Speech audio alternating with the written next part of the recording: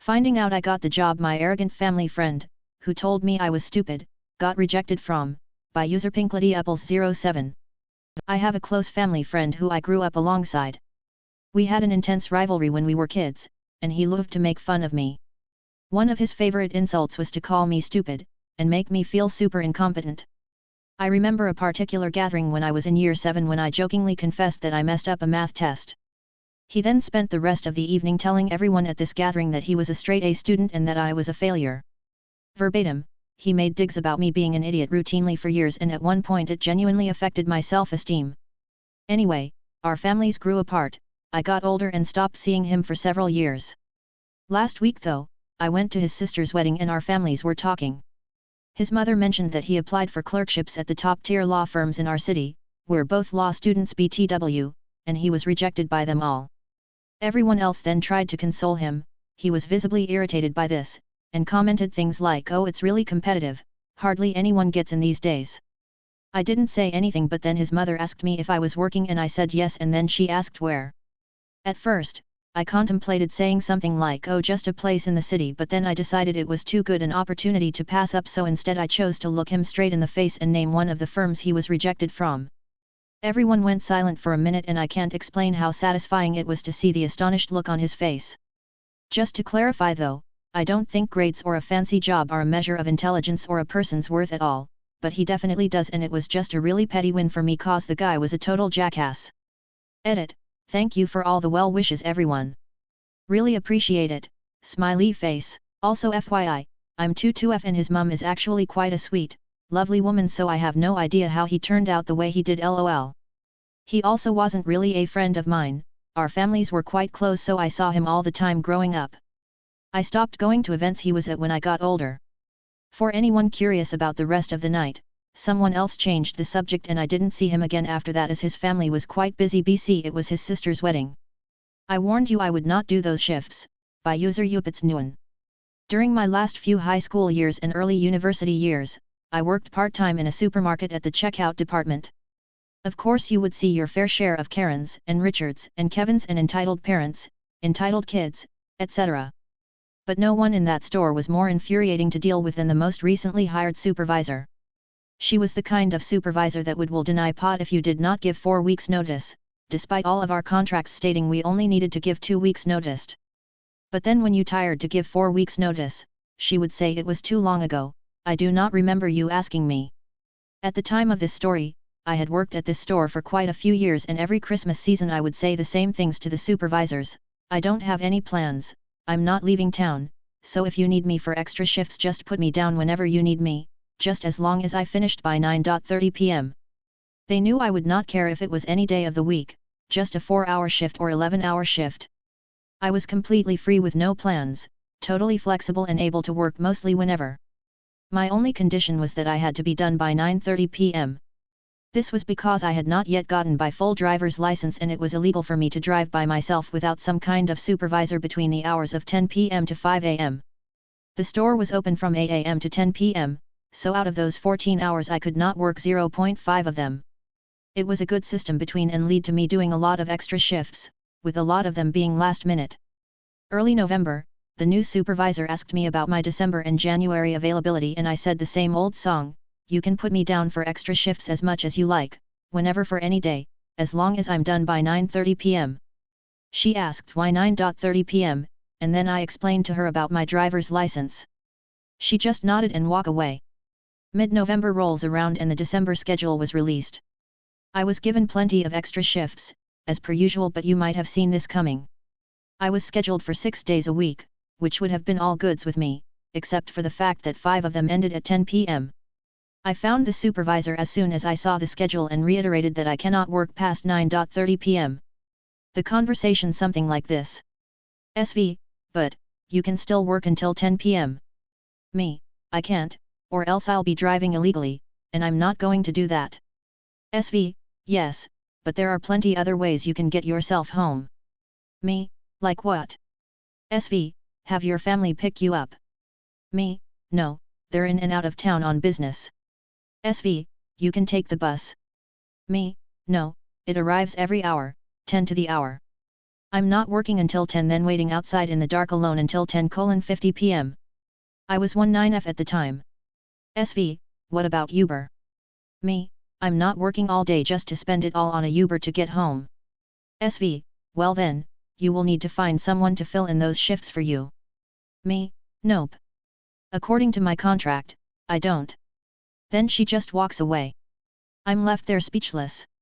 Later that same shift, when she was the only supervisor around, she completely left me out to dry with a horrid customer who could not use the self-service checkouts to save his life and took it all out on me. We've all seen horrible people like that, but this guy in particular was so bad. Co-workers, even those from different departments, kept coming up to me asking if I was okay after dealing with that guy. Not my supervisor, though. After I got home that day, I was done. I sent out CV after CV on job websites. My mentality was, if I'm gonna get paid minimum wage, I might as well do it somewhere better. Within a few days, I had a retail store asking me to come in for an interview. Within the next week, I had that new job lined up and ready to go, so I went back to the supermarket on my next shift and handed my 2 weeks' notice. All my other supervisors were gutted that I was leaving. I'm not saying I'm some star employee, but I was always keen on extra shifts, barely took sick leave off, was so chill and willing to do a lot of the side tasks that no one else want to do, like collect the shopping carts in the rain or empty the rubbish bins, and I just knew a lot of stuff about the checkouts in general, and I was gutted I wouldn't be working with them anymore, but working with that one bad supervisor hurt more than working without others. The day I handed in my notice, the bad supervisor wasn't working. I didn't see her until a few days later when she stopped me near the back of the store around a few other coworkers. I'm guessing that she wasn't too happy she just lost a de facto full-timer just before the Christmas rush. She seemed a bit flustered but still had that fake smile of hers on. SV, so, I heard you're leaving soon. Me, cheerfully, yup, in just under 2 weeks. SV, but you've worked here for quite some time, any particular reason why you're leaving so quickly? Me, with the biggest grin I have ever had on my face, I already told you why. I'm not working those 10 p.m. shifts. It was beautiful, within a split second of me saying that, her smile dropped and she just stared at me, speechless. This time, it was my turn to just walk away. You don't quit bad jobs, you quit bad management, a Reddit comment I saw a few years ago. Try to steal my apartment from under me? LOL, by user looter714. Okay, so back in the mid-90s I was a single guy in my late 20s. I was a man-child, I admit. I was working but just enough to pay rent and go drinking every night. I have since gotten married and kids in a house, yada, yada. Anyway, there were these 2 ladies my age at the bar where I was a regular that just had their roommate move out abruptly. I was looking to move to something cheaper and this place was a unicorn. $350 a month for a 3-bedroom place close to everything. It wasn't the greatest place, but far from horrible. That's $350 divided 3 ways. Plus, the heat and electric were paid for by the doctor's office below us. I was paying that alone plus utilities, so hell yeah. I moved in. So day 1 and the ladies have me sign the lease. I knew it was kinda bullshit right away as they had a copy of the lease with the old roommate's name whited out and had me sign. I was never to contact the landlord myself. SUS? Sure, whatever. Here's $200 for deposit and first month rent. The ladies were a bit quirky. They were lazy. Sure, they were fun and all, but they seemed to think that they owned me. They'd ask me where I have been, who I was dating, why I didn't get in until 6 a.m, I worked swing shift. Lots of little things like being on AOL Instant Messenger, no cells at this point, all night and day, tying up the phone lines, leaving garbage and other crap in the common areas, dirty dishes, etc. I actually didn't really care, except they would have the nerve to scold me for leaving out my shoes or coat or whatever in the midst of their mess. I made a point of never leaving my stuff out, but occasionally I would and they would mention it. Plus a cousin of the one roommate stayed there 2 to 5 times a week, which again was annoying, but whatever.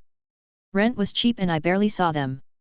The best part, they would be in passive-aggressive notes, like, hey, please don't leave your shoes out by the couch, I almost tripped on them this morning. There was clutter everywhere and they'd be complaining about my shoes. They'd have weeks worth of dishes everywhere and my shoes were the problem. Okay, whatever. I could write a book about the crazy, but let's move on. It got really bad when I met the person that became my wife. They were a bit jealous and tried regularly to break us up.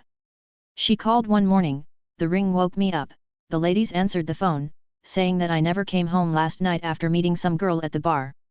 I called her later and she told me this, laughing the whole time. She knew it was bullshit since she dropped me off for the night shift the night before. There were a lot of similar stories like this, but on to the main story. The lease was up in a month and they decided to get another apartment and I would have to move out. I asked if I could take over the rent and they said that the landlord already leased it to someone else. Okay, sure. So, I finally call the landlord myself. She tells me that she only knew I was living there because she got my check every month. I made them out to cash and the roommates were too lazy to cash the check beforehand. She said that no, she has not leased out the apartment and hadn't gotten any notice from the ladies that they were moving out yet, but the one cousin that stayed over often was wanting to sign. It was obvious to me that the landlord did not like these women and I asked if I could have first. Furthermore, they were trying to steal the lease from under me and give it to the cousin. I asked and received a letter from her giving me first dibs on the apartment.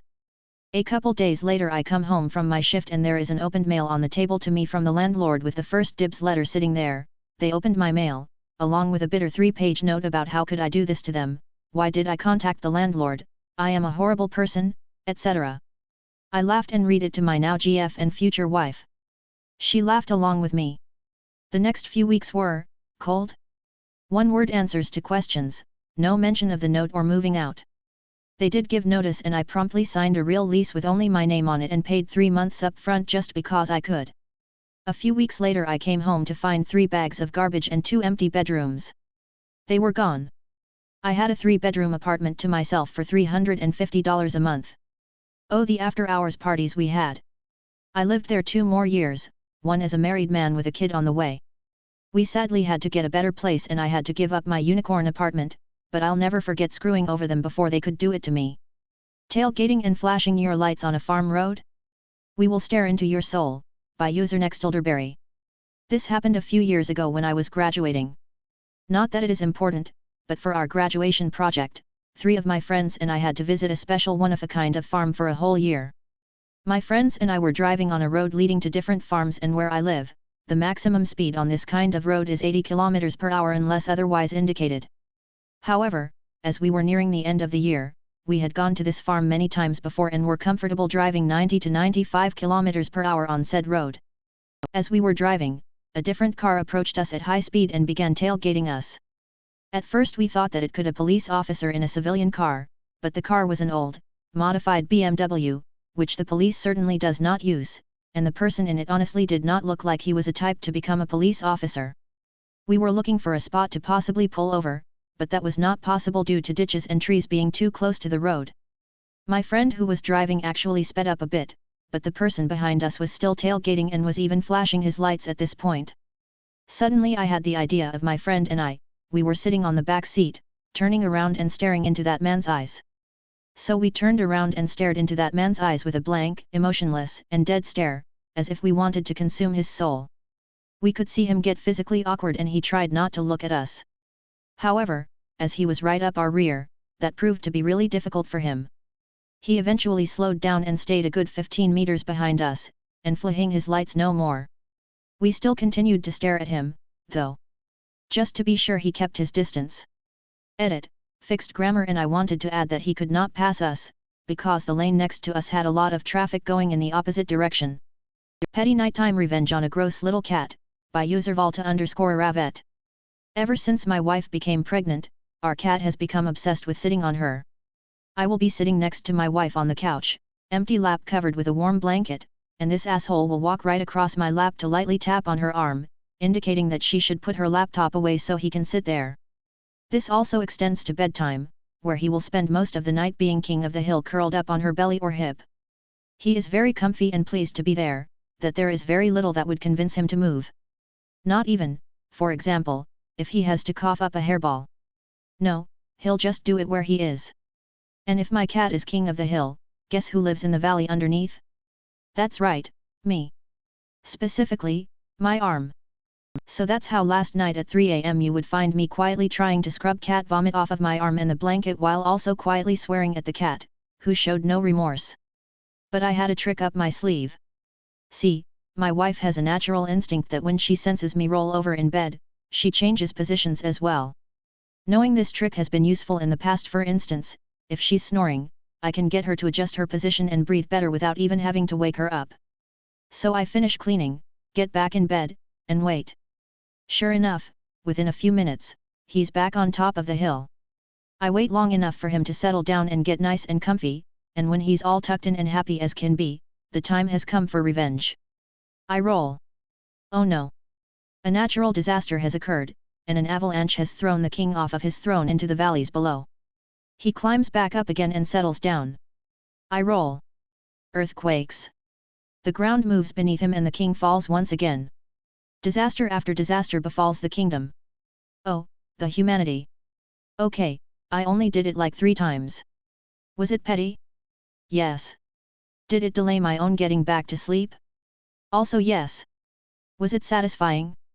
Hell yes. I love my furry little gremlin, but seriously, fuck you. Edit, cat tax, yes, on wife's lap, of course. Update. Spouse approves of revenge.